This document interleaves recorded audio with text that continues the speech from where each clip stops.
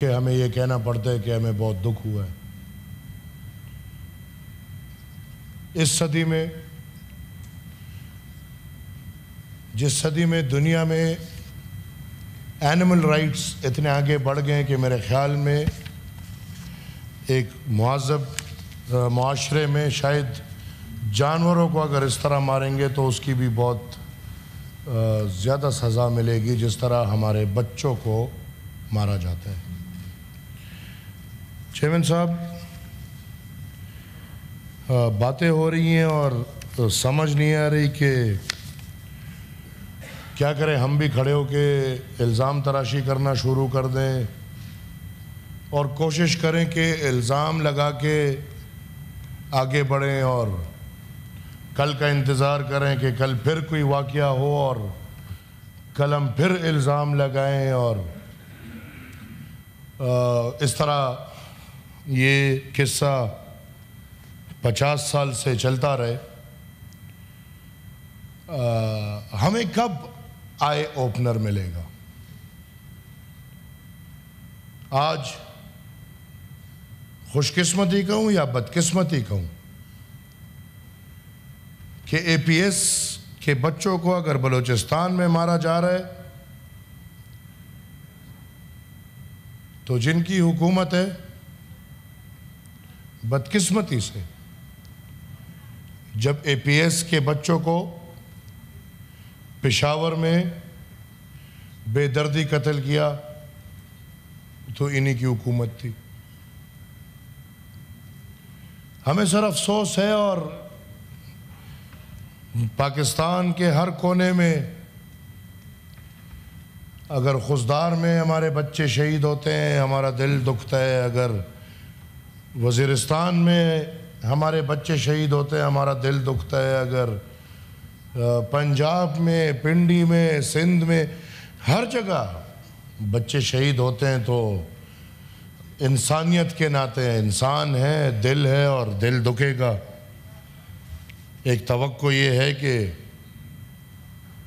हमारे साथ वज़ीरिस्तान के बच्चों पे भी अगर आज जिस तरह ख़ास आपने ये दिन खुशदार के उन शहीदों के लिए वक़फ़ किया तो क्या मेरे वज़ीरिस्तान के जो 4 नन्हे मुन्ने बच्चे शहीद हुए हैं जो आज तक हमें ये भी नहीं पता कि ड्रोन में मरे हैं, बम में मरे हैं, अफ़गानिस्तान वालों ने मारा है, हिंदुस्तान वालों ने मारा है, किसने मारा है हमें ये भी नहीं पता। तो क्या चेयरमैन साहब अच्छा ना हो कि एक दिन हम इसी तरह उन वज़ीरिस्तान के 4 शोहदा को भी वक़फ़ करें और कितना मज़ा आए कि पूरे पाकिस्तान के मेरे भाई अगर वो पंजाब के हैं, सिंध के हैं, बलूचिस्तान के हैं या पुख्तनख्वा के हैं वो वज़ीरिस्तान के बच्चों का केस भी उठाएं।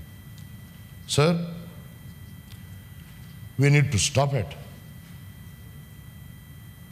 अगर एपीएस पेशावर, अगर मेरे चाचा थोड़ा ध्यान दे दे, अगर एपीएस पेशावर के बाद जो बेहतरीन कारनामा आप लोगों ने किया था, तमाम मुल्क को ला के एक जगह पे बैठा के तमाम मुल्क को एक नेशनल एक्शन प्लान दिया था जो कि एक बेहतरीन कागज़ का टुकड़ा है, उस पर अमल क्यों नहीं हुआ?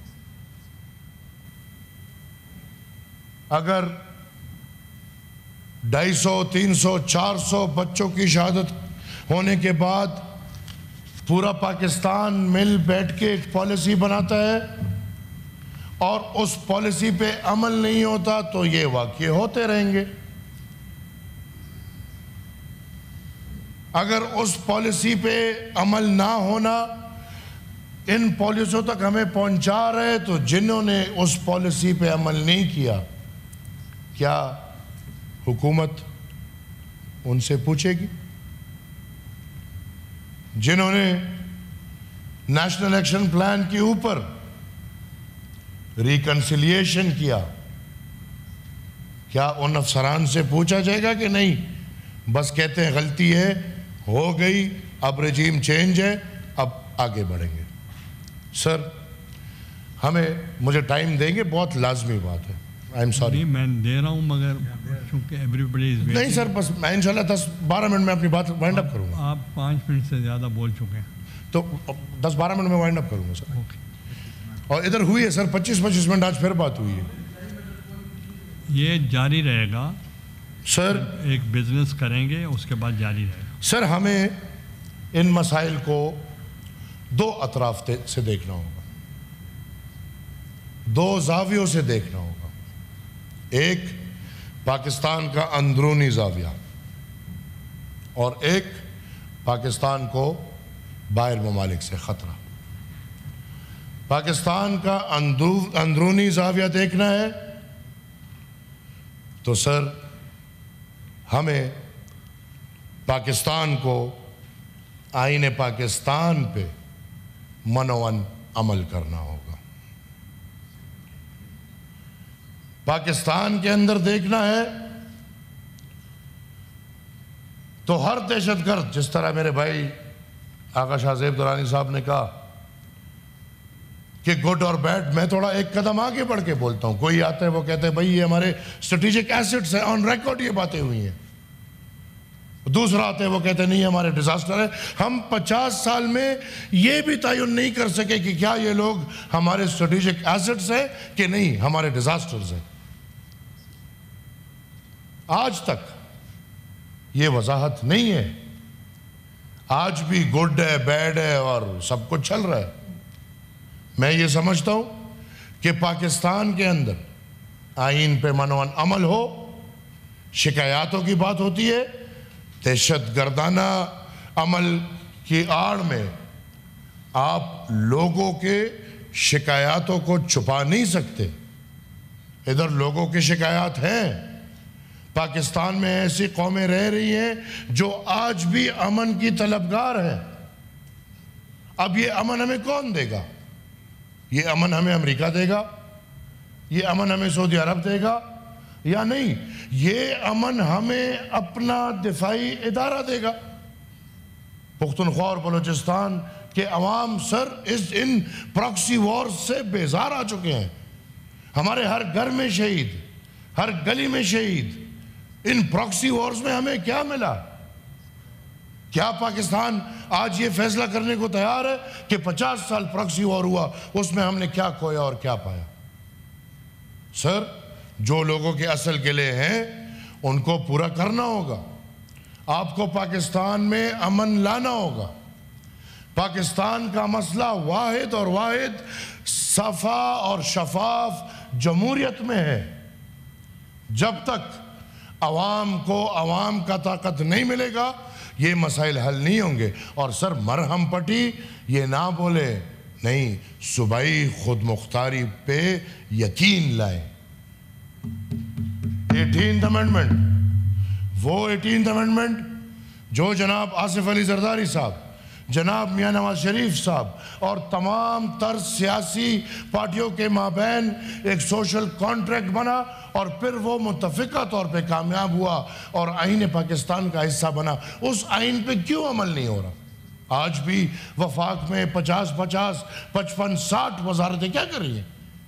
क्या मैं पूछ सकता हूँ कि एजुकेशन मिनिस्ट्री वफाक में क्या कर रही है? बाबा हम बार बार कहते हैं सिंधी का अपना सकाफत है, बलोच का अपना सकाफत है, पंजाब का अपना सकाफत है, पुख्तून का अपना सकाफत है। क्यों आपने ज़बरदस्ती सबको बंद किया हुआ है? लिहाजा पाकिस्तान के अंदर आइन पे मुकम्मल मनोवन अमल, अमन, जमहूरियत और सूबाई खुद मुख्तारी। पाकिस्तान के बाहर सर हमें निकल आना होगा। ये जो मफरूज़ों में हम घुस चुके हैं, आंखें खोलो, जंग फ़ायदा नहीं लाती। पाकिस्तान के बाहर हमें डिप्लोमेसी करनी होगी। हमें एक अमन का झंडा उठाना होगा और मजबूरन सबसे उठवाना होगा। हमें मरहम पट्टियाँ करनी होंगी। हमें हिंदुस्तान से गिले हैं, हिंदुस्तान को हमसे गिले हैं। हमें अफ़गानिस्तान से गिले हैं, अफ़गानिस्तान को हमसे गिले हैं। हमें ईरान से गिले हैं, ईरान को हमसे गिले हैं। क्यों ना सब अक्रॉस द टेबल बैठ के ये गिले ख़त्म करके इस पूरे खित्ते को एक अमन का खित्ता बना के यूरोपीय ममालिक की तरह एक तिजारती मरकज़ बना के आगे बढ़ाया जाए। सर, मैं सिर्फ एक बात पे आऊँगा आपकी इजाज़त से। ज़रूर। सर, कल मैं तो एक कम उम्र हूँ, मैं नहीं समझता जज्बाती हूँ नहीं हूँ।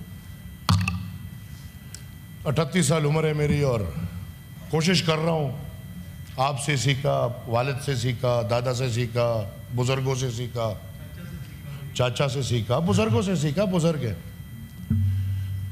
कल सर हमारी कायमा कमेटी सेनेट की बराए लेस डेवलप एरिया मीटिंग थी। अब सर या मेरी खुशकिस्मती थी या उस अफसर की बदकिस्मती थी, मैं थोड़ा लेट आया। और सर मैं जब लेट आया तो जैसे ही मैं बैठा तो पॉइंट नंबर 2 पे बात हो रही थी। मैं आज ये वाज़े करना चाहता हूँ कि ये इतनी बड़ी बात हुई क्यों, वो किसी को नहीं पता। सब ने वीडियोस देख ली, पूरे मुल्क, दुनिया ने, कौम ने, सब ने वीडियोस देख ली, एक बहस मुबाहिसा देख लिया, लेकिन ये नहीं पता कि इतना बहस मुबाहिसा क्यों हुआ। तो सर पॉइंट नंबर 2 पे कल था कि फाइबर ऑप्टिक की तारों पे और इंटरनेट के खंभों पे ब्रीफिंग थी। अब सर आप खुदा को माने, मुझे नहीं पता था कि ये बंदा जर्नेल है, करने क्या है, मुझे नहीं पता था। मुझे यकीन माने ये भी नहीं पता था कि ये पुख्तून है कि क्या है। मैं जब बैठा, ये सब गवाह है और मैं मशकूर हूँ आगा शाह ज़ैब दुरानी चेयरमैन साहब का और उस कमेटी में बैठे तमाम मेंबरान, वो जिस पार्टी, वो PTI के थे, मैं दिल से मशकूर हूँ। वो बलूचिस्तान अवामी पार्टी के थे, वो जो भी थे, उन्होंने जिस तरह खुल के मुझे सपोर्ट किया सर। तो इन्होंने बात ये हुई कि वो जब ब्रीफिंग शुरू कर रहे थे तो सबका तो उन्होंने केफी बोला, मेरी आदत है, मैंने कहा नहीं भाई पुख्तनख्वा बोले। चेयरमैन साहब ने उनको बोला खैबर पुख्तनख्वा बोले, वो खैबर पुख्तनख्वा बोल के आगे बढ़ता रहा। वो ब्रीफिंग दे रहा था तो मैंने चेयरमैन साहब की तरफ मुड़ के बोला कि चेयरमैन साहब ये बंदा झूठ बोल रहा है। ये बंदा अपनी ब्रीफिंग में, अभी वो ब्रीफिंग में लाया नहीं हूं, लेकिन ये बंदा अपनी ब्रीफिंग में मुझे बता रहा है कि अर्स्टवाइल फाटा वजीरिस्तान से लेके बाजौड़ तक 1500 किलोमीटर फाइबर ऑप्टिक ये लोग बिछा चुके हैं। तो मैंने कहा जी वहां तो इंटरनेट फैसिलिटी नहीं है। उन्होंने ब्रीफिंग दी कि वजीरिस्तान से लेके बाजौड़ तक 18 है कि पता नहीं 20 नेटवर्क के खंबे लगे। मैंने कहा साहब वहाँ पे आपकी, अब मुझे ये तो नहीं पता ना कि रिटायर है, मुझे क्या पता। तो मैंने कहा कि साहब आपकी रियासत उधर इंटरनेट की इजाज़त नहीं दे रही। उस पर हमारी बहस चल रही थी तो मैंने इनको कहा आप तो सवाबी के, इन्होंने कहा जी मैं सवाबी को। मैंने कहा आप गए होंगे, मामंद है बिल्कुल करीब है, बाजौड़ है बिल्कुल करीब है। तो मैंने कहा, उन्होंने कहा जी मैं 1 साल पहले गया था। तो मैंने कहा जब आप साल पहले गए होंगे तो जब आप मामंद में घुसे आपने अपना मोबाइल देखा तो इस मोबाइल कम वक्त में इंटरनेट काम कर रहा था कि नहीं? तो वो उसका जवाब नहीं दे पाया। वो आए बोले शाये बोले, आए बोले शाये बोले। तो मैंने कहा कि सर, चेयरमैन साहब गवाह है, मैंने कहा कि सर किसी को भी आप मेरे साथ भेज दें, वजीरिस्तान से लेके बाजौड़ तक 7 अजला हम तो रो रहे हैं कि भाई उधर इंटरनेट की फैसिलिटी ज़माने में नहीं दे रहे। अगर किसी ने दिखाया कि मोबाइल पे इंटरनेट काम कर रहा हो तो मैं मानने को तैयार हूँ। इधर हमारे इस हॉल में वजीरिस्तान से बाजौड़ तक के लोग बैठे होंगे और उनका दिल ये गवाही कर रहे हैं। तो सर उन्होंने फिर इसके बीच में कहा कि यार वहाँ पे असल में सिक्योरिटी मसाइल है। अब मुझे ये नहीं पता कि ये रिटायर्ड है। तो मैंने कहा कि यार चलगोजों का बाग तो बिल्कुल सुकून से पड़ा है, उसको तो कोई सिक्योरिटी का मसला नहीं है, आपके टावर को सिक्योरिटी का मसला। अब ये बातें हुई। सर मैं बाहर गया, वॉशरूम यूज़ किया और मैं सिगरेट पिया, ठीक है, और इधर ही कॉरिडोर में पिया। मैं वापस आया, मैं जैसे ही बैठा तो ये साहब एकदम मुझे पश्तो में पहले बोलते हैं कि सिगरेट पी के आए हो? तो मैंने कहा जी आपको कोई तकलीफ? तो चेयरमैन साहब ने उसे कहा कि क्या बात कर रहे हो? तो उन्होंने चेयरमैन साहब की तरफ मुड़ के कहा कि सर मैं कह रहा हूँ कि अगर ये कोई बाहर, अब मैं वो लफ्ज़ लूँगा तो पूरा मुझे शर्म आ रही है कि ये अगर बाहर वो पीने गए हो तो मुझे भी बुला लेते। Now what is this? अगर मैं अपनी कौम की वकालत पे, मैं अपनी कौम की नुमाइंदगी पे, मैंने कोई ज़ाती बात नहीं की, कोई किसी पार्टी की बात नहीं की, बल्कि उन 7 अजला की बात की, और उस पे ये मौसूफ 2 अल्फाज ऐसे इस्तेमाल करता है जो सर सिर्फ मेरी नहीं, मुझे तो शर्म आ रही है, जो इस पूरे बिल्डिंग की तजलील है। कैसे, किस हैसियत से कोई अफसर आके, और इसी बिल्डिंग में, जो बिल्डिंग अल्हम्दुलिल्लाह हमारे लिए, आपके लिए बनी है, हमें तो सर पता है, सबको पता है, कमेटियां मजाक बन चुकी हैं। यकीन मानो हम अपने वालिद से सुने, हम अपने दादा से सुने, ये कमेटियां जो थी ये बड़ी पावरफुल चीज़ होती थी। अभी तो कमेटी वैसी मजाक बन चुका है। लेकिन सर अगर उल्टा ये कि हम कमेटी में बैठ के कौम और जमहूरियत का मुकदमा उठाएं और आगे से सरकारी लोग हमें ये कहे, तो सर फिर मजबूरन हम अपनी बेइज्जतियों के लिए इन कमेटी में नहीं बैठे। फिर मैं आज से बॉयकॉट करता हूँ, मैं एक कमेटी में बैठने को तैयार नहीं हूँ। मुझे अपनी इज्जत प्यारी है, मुझे बेइज्जती ना अपनी प्यारी है, ना मुखालिफ की प्यारी है, ना किसी और की। लिहाजा मैं कहूँ, वो तो दुनिया ने देख लिया, लेकिन ऑन द फ्लोर बुरी बात है। तो sir I demand his resignation, his acquittal.